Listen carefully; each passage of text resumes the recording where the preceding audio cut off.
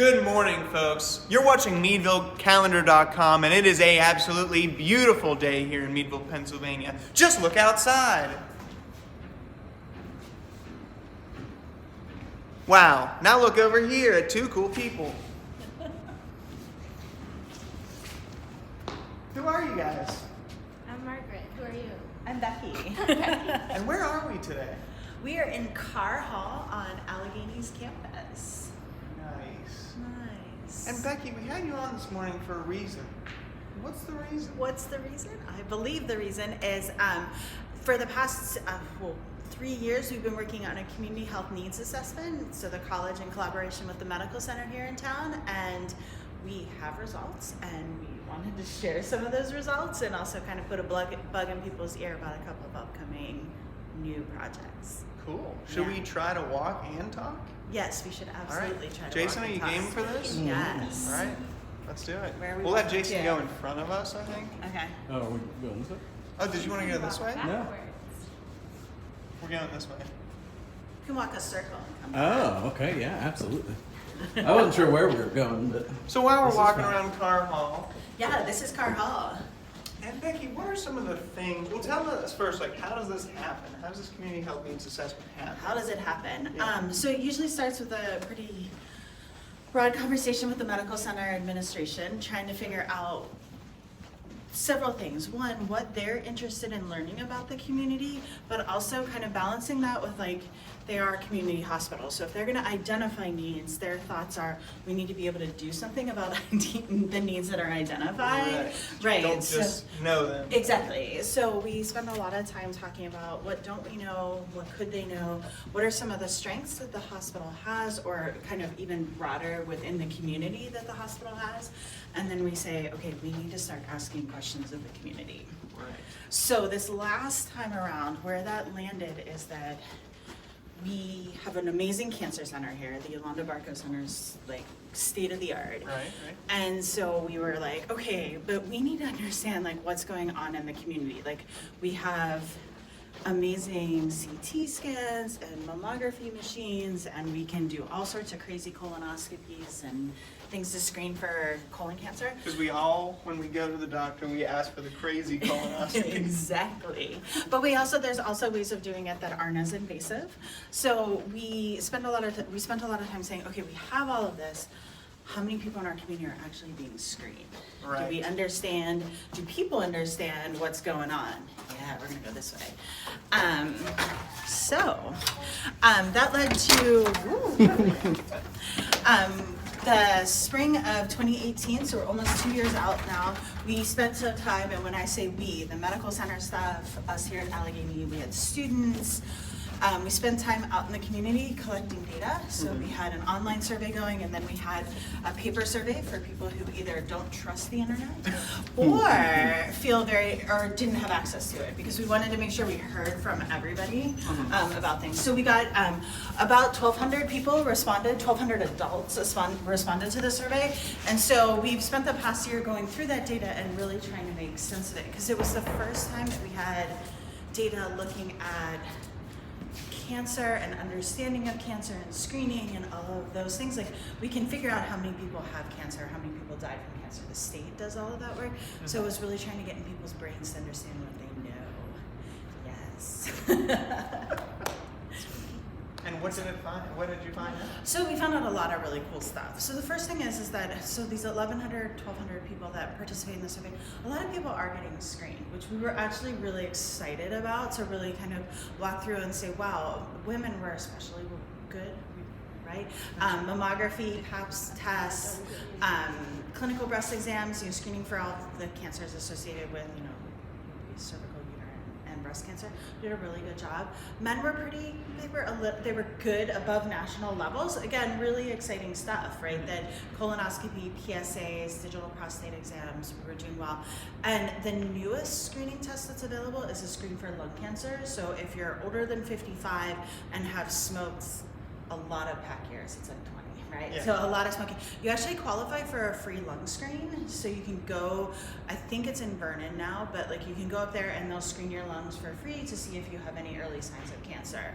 And it's a new screening test. I mean, I'm talking like the last 5 years that it's been available and has been recommended. So the fact that like 33% of smokers who were eligible, a third, have already had this screening test was actually encouraging to us, because it's not, I mean, not well known that Right. you can go and get this. So, And what kind of age should people be doing that one? so that's over 55. Okay, so if you're over 50, you call Vernon Place. And Yeah. just say, "Hey, I wanna get Yeah, I think so. And I mean, you have to, the lung cancer one, you really have to be a heavy smoker, not a casual smoker. You really do need to demonstrate that you are at increased risk. Right. You have to bring pictures of your house, the yellow walls. Yes, the- exactly. The Lots cookies of- that taste like nicotine. Yes. Yeah. So those were exciting findings. We did find some things, you know, some areas. I think this is where we're at right now with like questions and starting to think through things where we can make improvements. I think our biggest finding is that lots of people don't have a primary care physician here in Meadville, which I don't think surprises a lot of people. But I've done the needs assessment. Oh, see, good. See, mine just left, so I'm like one of the people who doesn't. Thank you. Talk afterwards. But I think, you know, I've done 2 needs assessments at this point, and like when I did the needs assessment in 2015, it was like 92% of adults said, yeah, I have someone, and we were pretty generous with a primary care physician. It could be, or we said practitioner.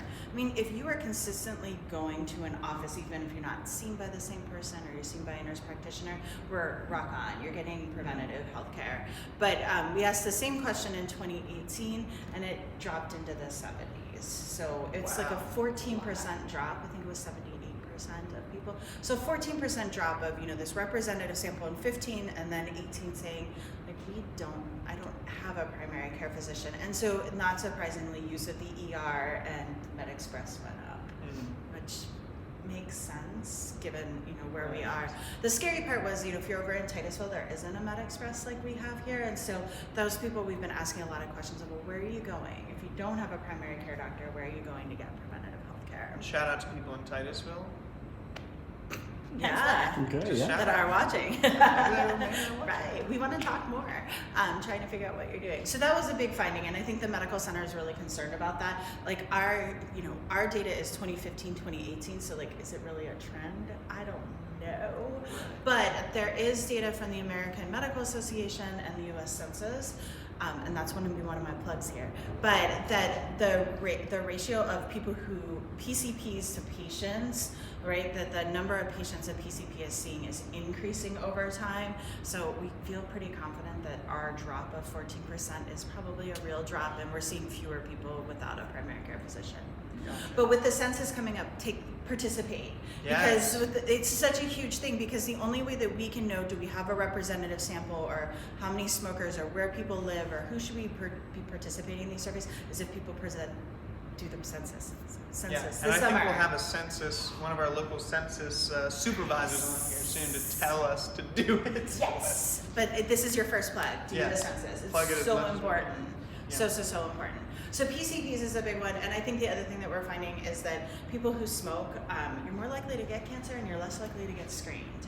And so we're trying to, you know, I think that the medical center, we're trying to think through, like, how do we capture people? What can we do? You know, can we do something with people who are coming into the ER and recommending screenings or different things like that? So those conversations are kind of like just beginning, and we're trying to understand what the medical center is doing right now, and then maybe try to make it even better, so that our smoking population that really does need to be screened can get screened. Yeah, because most of these screening tests are either covered by your insurance or the government pays for, right? We don't pay a lot for screening right now, as long as you fall into the age group and sex group for the screening test. So smokers out there, you know, this is a plug. Go get screened. Hopefully your doctor won't shame you into stop smoking, but just go get screened. Exactly. Yeah, and if you're interested in stopping smoking, there's great programs at the medical center, especially at Barco, and everything is free. So it's free work with a counselor, it's free supplies, it's, you know, all of these amazing things. So there's great resources at the hospital, and I think we're trying to just get to the point where we understand community need, and we can use the resources that already exist at the hospital to do great things to make this a healthier community. Yeah. Yeah.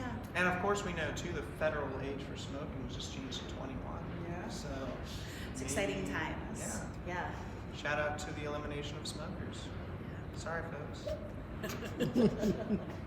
Maybe not the reproduction. It's like not making more new smokers. The Right. elimination Sorry. of smokers. Yeah, I should have phrased that Sounds a little a different. lot like.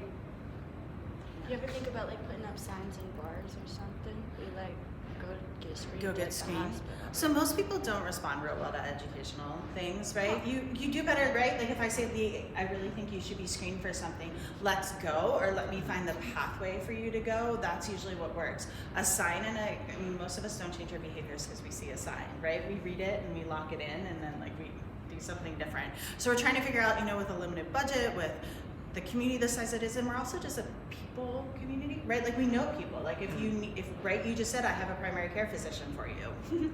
Those types of relationships is where we're thinking we need to go, which is why we're thinking like, well, people do use the ER and they do use, different Med Express and all that.